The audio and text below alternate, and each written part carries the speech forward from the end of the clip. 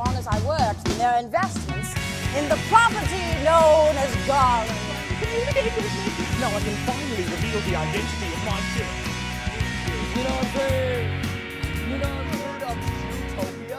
Yeah, that's the capital of Israel, right?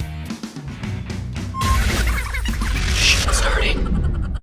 Hi, Chris and Ryan Wilkins here from 3P Speech Studio. This blanket and this piece of paper. To talk to you all today about dramatic structure.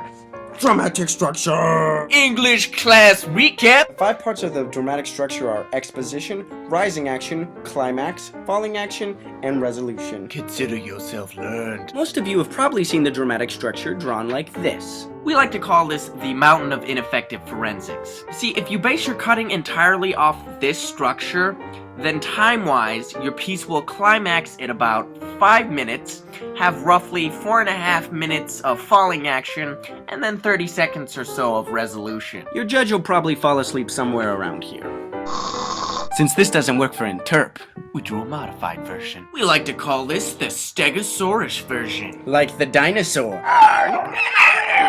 There are 4 reasons why this version is better. And this version is both boring and lame. The first reason this one is better is because it is constantly building. The second reason it's better is it has various levels in its build. The third reason it's better is because it has a very defined climax, and time-wise comes at about 8.5 to 9 minutes. The final reason it's better is because at the very end we've drawn this arrow to show that you should go back to the beginning of your piece and be full circle. The first important point in establishing the structure for your cutting is that it should build. Throughout your entire piece, it should constantly have this building suspense and tension that goes throughout the entire piece, building towards the climax. Notice for a build to work, you have to start lower so you can get higher. The build can be applied to more than just the plot of your piece, though. It should be applied to the amount of tech you do, your character development, your emotions, your volume. In essence, a build can be applied to all aspects of your piece. The build is what creates interest for your audience, because as everything escalates and tensions increase, we become more intrigued as to what's going to happen. If you don't have the build, we lose this sense of interest. Say your piece starts out really tense, and then it just stays really tense. As an audience member, that gets boring, because we've seen really tense. This stays really tense. Nothing different is happening. It has nowhere to go.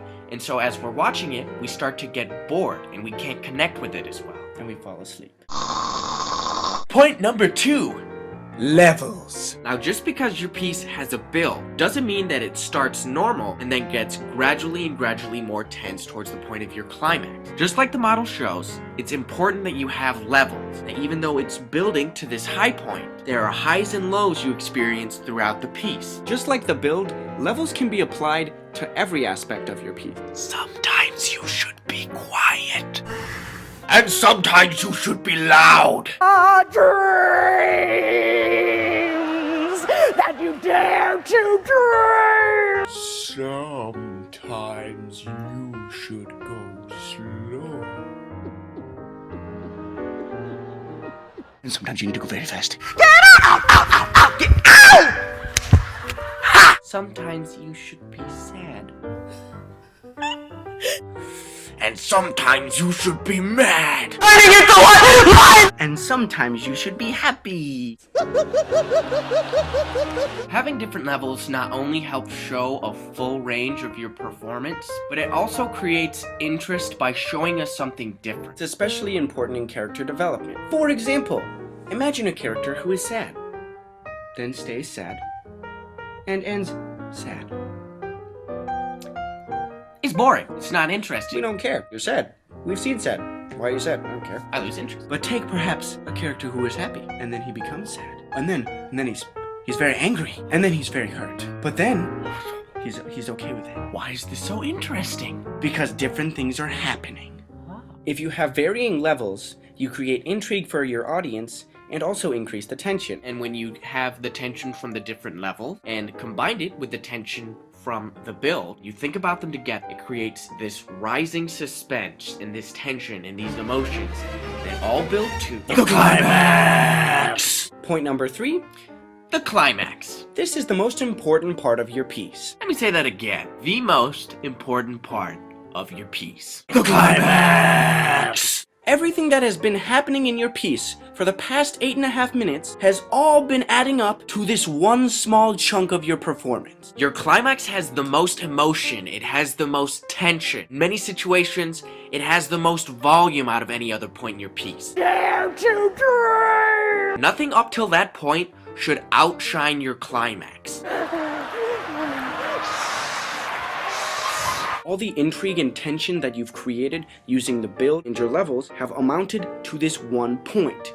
The reason we've been watching your entire piece is to get to the climax. Not to say that the other stuff isn't important, it's important because you use it to get us to the climax. If you've done all that, then you have followed the dramatic structure up unto our added fourth point of this little arrow. The fourth point of an effective cut. We believe that your piece should end where it starts. This is important because as an audience, we have a feeling of completion. You start somewhere, bring us on a journey, and then you come back to where we've started. We know that your piece is going to end, and we have a feeling of wholeness. Also, if you end where you began, we have this retrospect of what happened, and we can better comprehend what happened throughout the entire piece. That's not to say that the lines in the beginning should be the exact same as the lines in the end. It just means if you start your piece talking about your friend, you should end your piece talking about your friend. Or if you start your piece singing a song,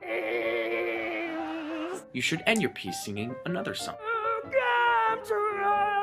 It's also as simple as starting with one attitude and ending in a similar attitude. So, when you're cutting a piece, if you do all 4 of these things together from the beginning, if you have this build that works together with these levels that builds towards the climax, and then think about ending your piece the same way you start. If you do them all from the beginning, then when you start blocking and when you start performing your piece, you will already have these effective components built into your piece, and it will only help you in the long run. Following this structure is the most effective way to have an intriguing, dynamic, and engaging performance for your audience. If you're having any trouble with cutting a piece, you can always go to 3pspeech.com and sign up with a coach and get help. And also, we'll try to get our next video coming out quicker than this one was.